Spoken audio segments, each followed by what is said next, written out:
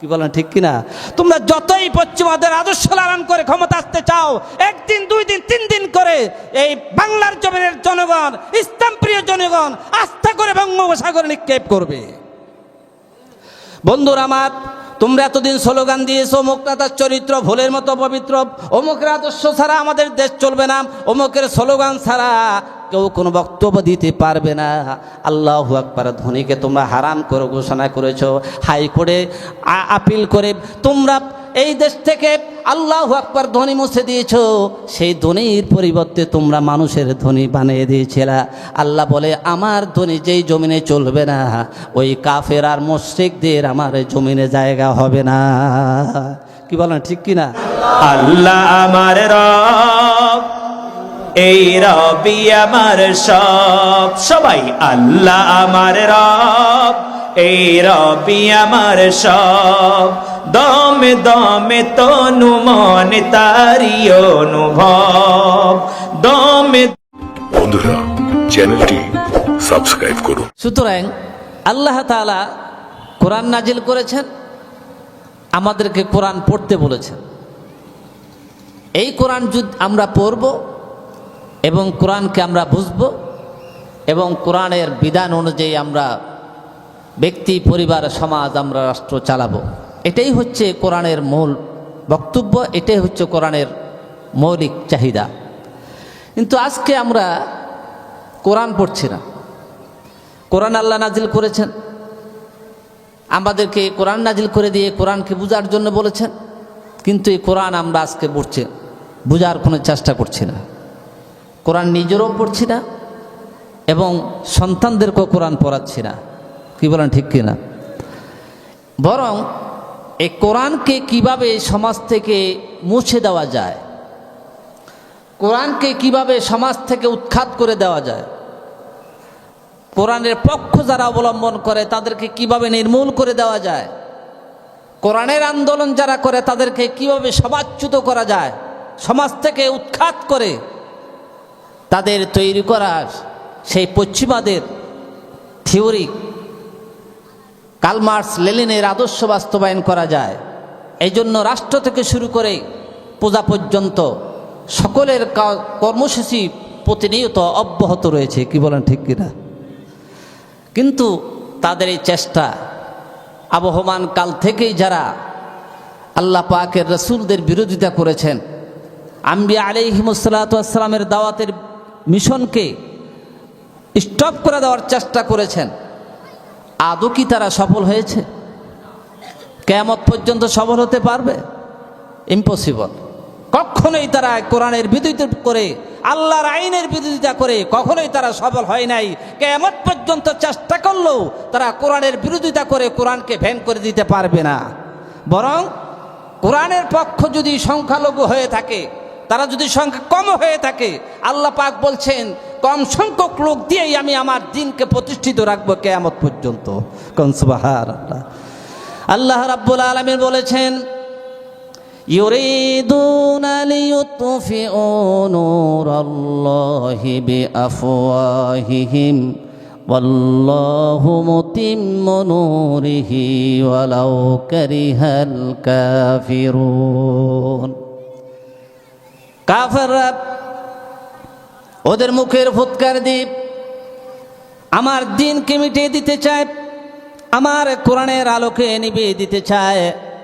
ওরা তো আমার দিনকে, আমার কোরআনকে, আমার এই কোরআনের হুকুমকে কখনো নিবৃত্ত করে দিতে পারবে না। আমার কোরআনের আইনকে তারা মুছে দিতে পারবে না। ওরা যতই চেষ্টা করুক না কেন, ওরা তাদের নিজেদের ফুৎকার দিয়ে জাহালাতের ফুৎকারে নিজেরাই জ্বলে ছাই হয়ে যাবে। কিন্তু আমার কোরআনের একটি নক্তা, আমার একটি কোরআনের আইন তারা পরিবর্তন করতে পারবে না। কাফেরদের মনের ভিতরে যত জ্বালা যন্ত্রণা হোক না কেন, আমি আমার কোরআনের আইন সমাজে প্রতিষ্ঠিত করবই। এই চ্যালেঞ্জ কার?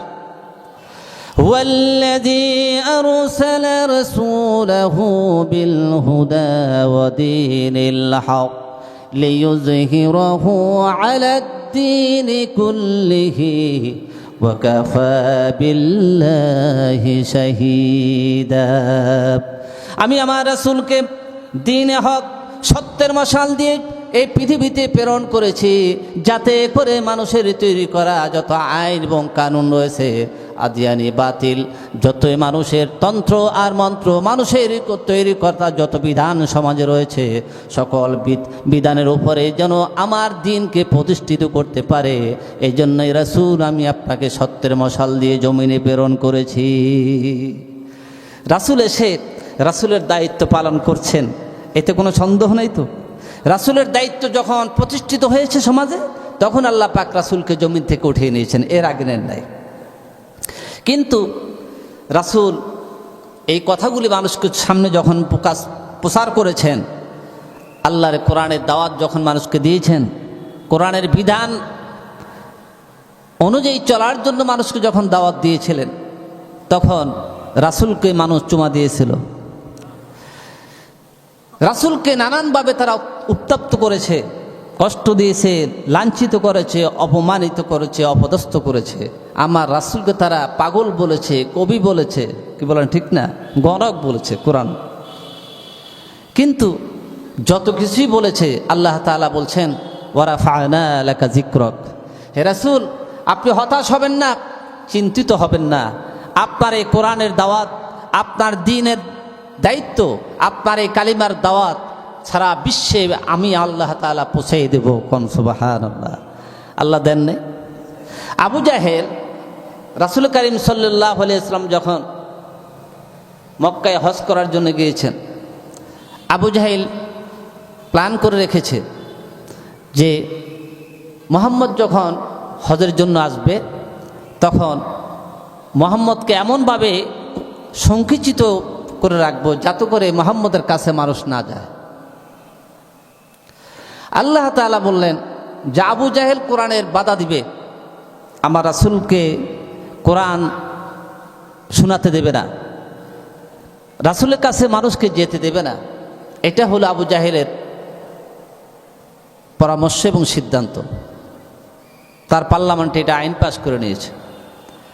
তো রাসূল করিম সাল্লাল্লাহু আলাইহি ওয়াসাল্লাম যখন গিয়েছেন হজ করার জন্য, এবং রাসূলের সমস্ত মন্ত্রী, আবু জাহেলের মন্ত্রী পরিষদ এবং তার সকল নেতৃবৃন্দদেরকে নির্দেশ দিলেন যে তোমরা মক্কার চতুর্দিকে দাঁড়িয়ে যাও, যতগুলি রাস্তা রয়েছে সব রাস্তাগুলি তোমরা ব্লক করে দাও।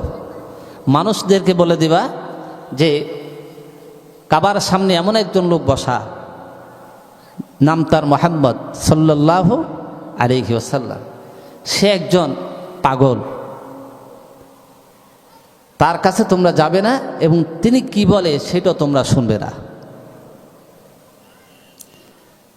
এখন মানুষের ভিতরে একটা অবস্থা হলো, মানুষ যে জিনিসটা নিষেধ করে সেটাই মানুষ বেশি করতে চায়।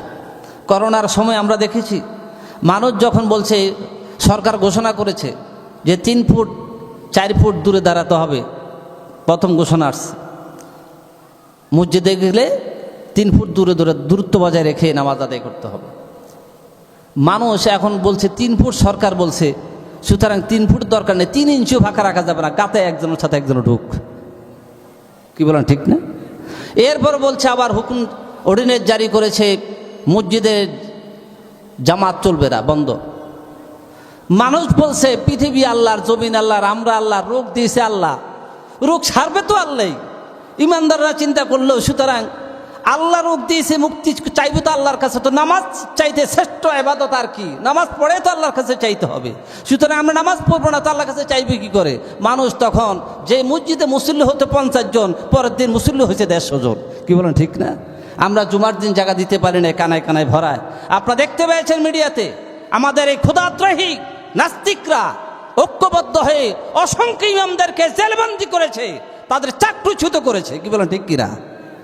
এখন আলহামদুলিল্লাহ আপনারা সেই 5 তারিখের পর দেখেছেন সেই ইমাম এবং খতিবদেরকে আবার তাদেরকে গণসম্বর্ধনা দিয়ে, তাদেরকে আবার যার খতিব যার ইমামদেরকে আবার তারা সম্বর্ধনা দিয়ে তারা রিসিভ করে তাদেরকে সে মর্যাদার আসনে আসীন করে দিয়েছেন। কোন সুবহানাল্লাহ। এই কাজগুলি কে করেন? কে করেন? আল্লাহ করেন না?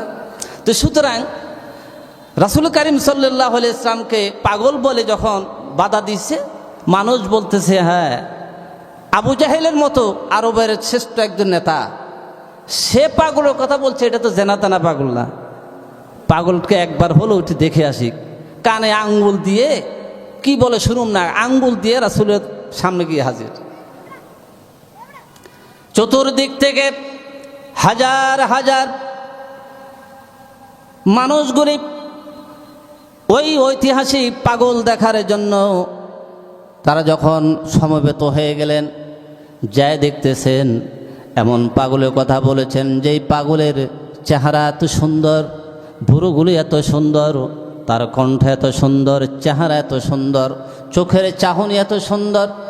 নবীজির চেহারা দেখে মানুষগুলি বিমুখ হয়ে গেলেন, নবীজির কণ্ঠ শুনে মানুষগুলি তখন দাঁড়িয়ে গেলেন। এত সুন্দর চেহারার মানুষ কখনো পাগল হতে পারে না, কারণ পাগল যদি হয় তাহলে তার থাকে গায়ের ভিতরে সালার চট থাকে, মাথায় জট থাকে, গায়ে থেকে পাটা ছাগলের গন্ধ কয়, কিন্তু এমন চেহারার মানুষ কখনো পাগল হতে পারে না।